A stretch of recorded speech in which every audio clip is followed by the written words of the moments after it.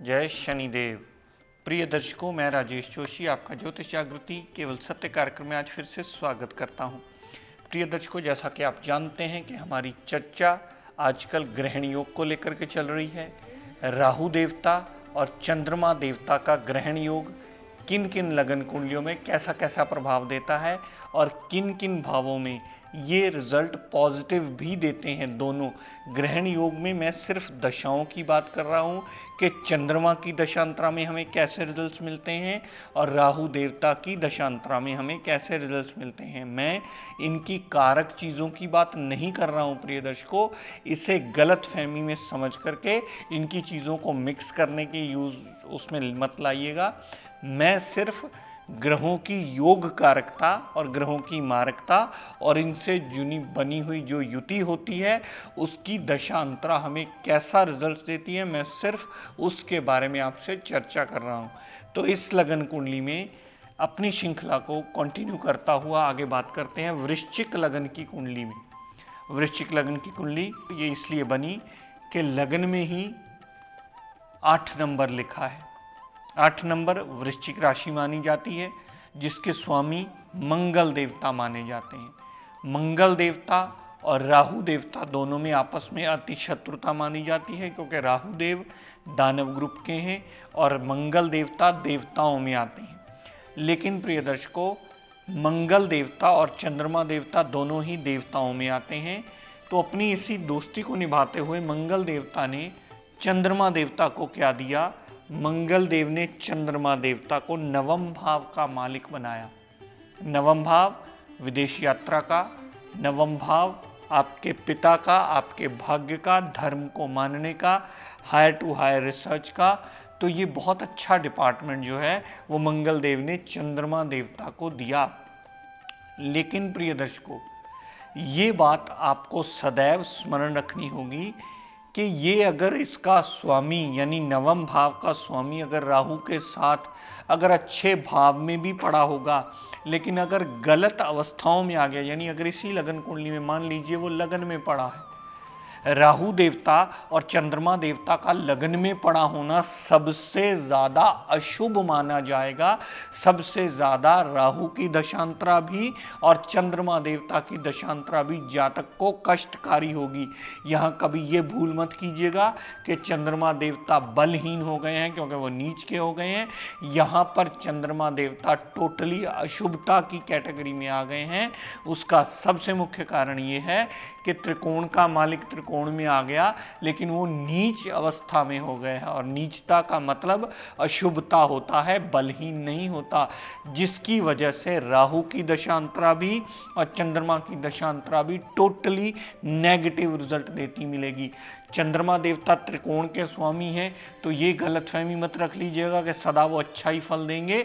वो अपनी प्लेसमेंट के अकॉर्डिंगली ही रिजल्ट देते हैं। अगर राहु चंद्रमा का ग्रहण इस लगन कुंडली में बना तो जब भी राहु की दशा चलेगी आपको सदैव कष्टकारी होगी। जब भी चंद्रमा की दशा अंतर दशा चलेगी सदैव आपको कष्टकारी होगी।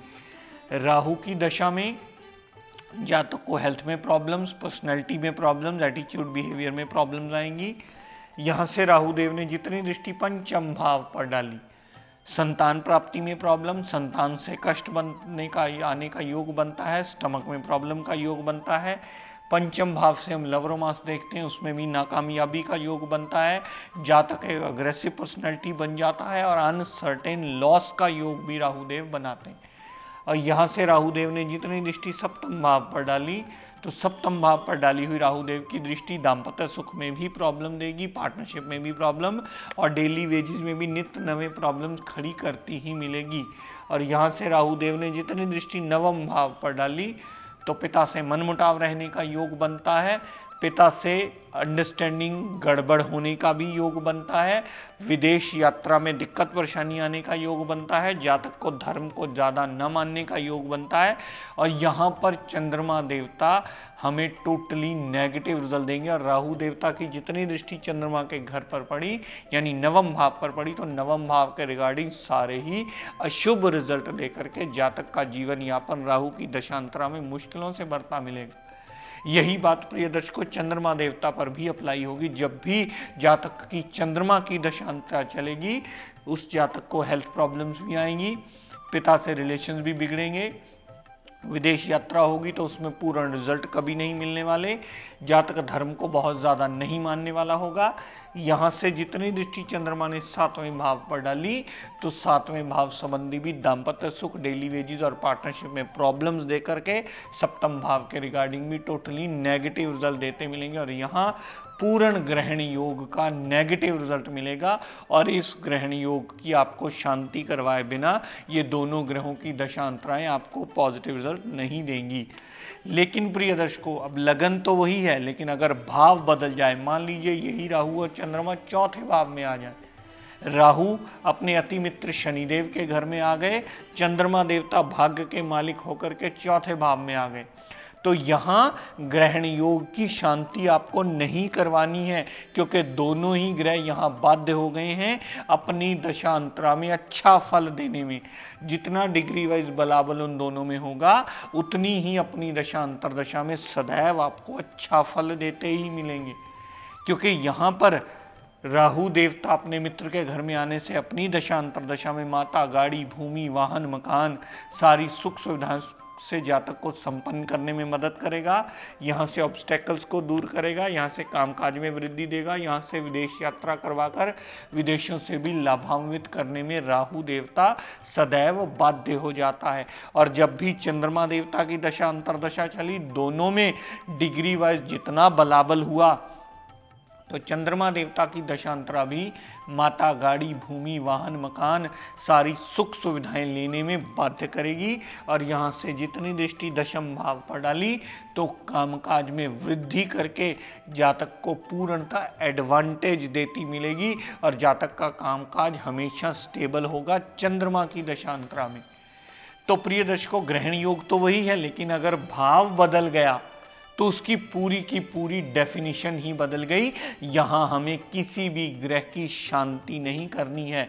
अगर चौथे भाव में इस लगन कुंडली में राहु चंद्रमा आ गया, तो दोनों ही अपनी दशा अंतरा में आपको पॉजिटिव रिजल्ट देने में सक्षम होंगे। दर्शकों, अगर राहु चंद्रमा सप्तम भाव में पड़े होंगे, अगर राहु चंद्रमा सप्तम भाव में पड़े होंगे और दोनों ही ये उच्च के माने जाते हैं, यहाँ राहु देवता को भी उच्च की पदवी प्राप्त है और चंद्रमा भी वृष राशि में उच्च के माने जाते हैं, यहाँ पर आए हुए दोनों ही ग्रह अपनी दशांतरा में पूर्ण पॉजिटिव फल देंगे। दाम्पत्य सुख, डेली वेजेस और पार्टनरशिप में लाभ देंगे राहु देवता। यहाँ से राहु देव ने जितनी दृष्टि लाभ, बड़े भाई बहन की सपोर्ट और उस पर डाली हेल्थ प्रॉब्लम्स को निकलने में, फारिग करने में मदद करेंगे। यहाँ से राहु देव ने जितनी दृष्टि लगन पर डाली, तो लगन संबंधी पॉजिटिव रिजल्ट देंगे। यहाँ से राहु देव ने जितनी दृष्टि तीसरे भाव पर डाली, तो जातक को मेहनती बना करके उसके हर कार्य को सिद्ध करने में सदैव सहायक सिद्ध होंगे। यहाँ पर चंद्रमा देवता प्रिय दर्शकों अगर उच्च के पड़े हैं, वो भी सदा लाभान्वित होंगे। जातक का मैरिज के बाद भाग्योदय का योग बनता है, डेली वेजेस, दाम्पत्य सुख में अच्छा रिजल्ट मिलने का योग बनता है, पार्टनरशिप में सदैव सपोर्टिव पिलर रहेगा। यहाँ से राहु चंद्रमा देवता ने जितनी दृष्टि लगन पर डाली, तो लगन पर डाली हुई दोनों ग्रहों की दृष्टि सदैव आपकी पर्सनैलिटी को इम्प्रूवमेंट में लाने में सदैव सहायक सिद्ध होगी। तो प्रिय दर्शकों, ग्रह वही है, योग वही है, लगन कुंडली वही है, लेकिन उसकी प्लेसमेंट डिसाइड करती है। और यहाँ आपको किसी ने कह दिया कि जी आपके तो सप्तम भाव में, आपके तो विवाह स्थान में राहु और चंद्रमा का ग्रहण योग लगा है, आपका तो विवाह स्टेबल ही नहीं होगा, तो ये हमारी सबसे बड़ी भूल होगी। हमें कुंडली का विवेचन करते समय ये देखना होगा कि यहाँ पर पड़ा हुआ राहु और चंद्रमा सदैव आपका वैवाहिक जीवन बचाने में मददगार सिद्ध होगा, क्योंकि दोनों ही ग्रह उच्च के हो गए हैं और बाध्य हो गए हैं कि अपनी दशांतरा में आपको सदैव अच्छा फल दें।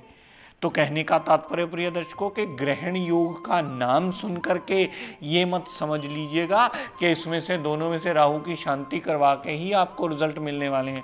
अगर राहु देव सप्तम भाव में, चंद्रमा देवता सप्तम भाव में पड़े हों तो सदैव अपनी दशांतरा में पॉजिटिव फल देंगे, लेकिन अगर राहु चंद्रमा लगन में पड़े होंगे तो सदैव अपनी दशांतरा में आपको नेगेटिव रिजल्ट देते मिलेंगे। क्यों? क्योंकि दोनों ही ग्रह नीच के हो जाते हैं और नीचता के रिजल्ट हमेशा अशुभता में गिने जाते हैं, उसे बलहीन में नहीं गिना जाता। दर्शकों, राहु चंद्रमा 11वें भाव में पड़े हो, यहां भी दोनों ग्रह अपनी दशांतरा में पूर्णतः पॉजिटिव फल देंगे। राहु की दशांतरा जब भी चलेगी लाभ की कमी कभी नहीं आने वाली, बड़े भाई बहन से पूर्णतः सपोर्ट मिलने वाली है और जातक की छोटी मोटी हेल्थ प्रॉब्लम होंगी वो चली अवश्य जाएगी। चंद्रमा देवता की भी दशांतरा सदैव आपको लाभान्वित करती मिलेगी, क्योंकि चंद्रमा भी इस लगन कुंडली में एक योग कारक ग्रह हैं। तो 11वें भाव में अगर चंद्रमा देवता पड़े होंगे तो अपनी दशांतर दशा में सदैव बड़े भाई बहन से सपोर्ट मिलेगी, लाभ की कमी कभी नहीं आने वाली, और अगर छोटी मोटी हेल्थ प्रॉब्लम हुई जातक की तो वो चली अवश्य जाएगी। प्रिय दर्शकों, ये बात सदैव स्मरण रखिएगा, इसमें डिग्री वाइज बलाबल आप स्वयं नोट कीजिएगा और फिर ये निर्णय कीजिएगा कि जातक को कितने प्रतिशत रिजल्ट मिलने वाले हैं चंद्रमा की दशा अंतर दशा में, जातक को कितने प्रतिशत रिजल्ट मिलने वाले हैं राहु की दशा अंतर दशा में। ग्रहण योग का नाम लेकर के राहु की शांति का कह देना ये पूर्णतः शास्त्र सम्मत बात नहीं है।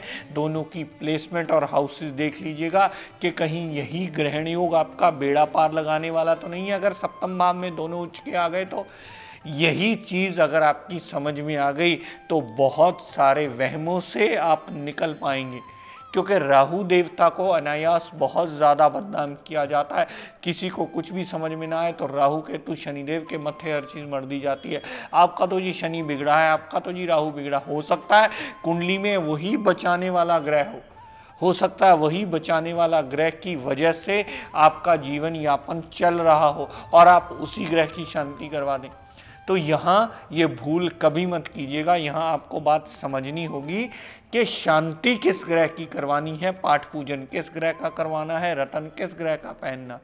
अगर आपको ये बात पूर्णतः पहली दूसरी बार ना समझ में आए तो किसी आसपास विद्वान की मदद ले लीजिए और उससे पूछ लीजिए कि क्या आपका ग्रहण योग भी किसी पॉजिटिव अवस्था में तो नहीं है, क्या आपका ग्रहण योग खराब करने वाला है, या आपका ग्रहण योग अगर राहु चंद्रमा का है तो उसमें से कौन सा ग्रह किसे खराब कर रहा है। राहु चंद्रमा को खराब कर रहा है या चंद्रमा राहु को खराब कर रहा है, या दोनों ही अच्छा रिजल्ट देने में बाध्य सिद्ध हुए।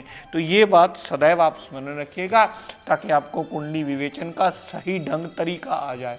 प्रिय दर्शकों, बेसिक से ये आगे की बातें हैं, ये बेसिक से आगे रिसर्च की बातें हैं, क्योंकि यहाँ अक्सर बहुत बड़ी गलतियाँ होती हैं कि दो ग्रहों की युति को देखकर ही योग को डिफाइन कर दिया जाता है, जबकि ऐसा पूर्णतः शास्त्र सम्मत नहीं होता।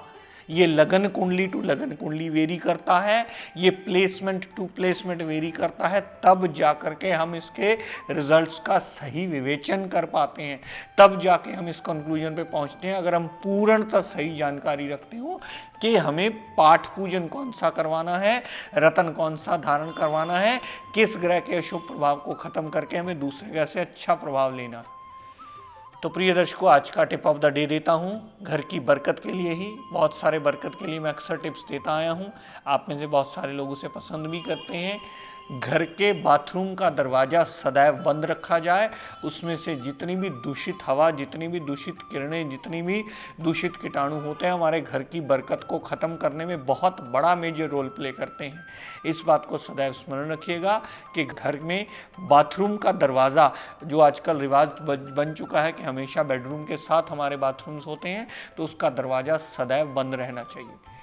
प्रिय दर्शकों, आज अपनी वाणी को यहीं विराम देता हुआ हम सब के लिए मंगल कामना करता हुआ शनिदेव से ये प्रार्थना करता हूँ कि हे शनिदेव, हम सब पर अपनी कृपा दृष्टि दया दृष्टि सदैव बनाए रखें। जय शनिदेव।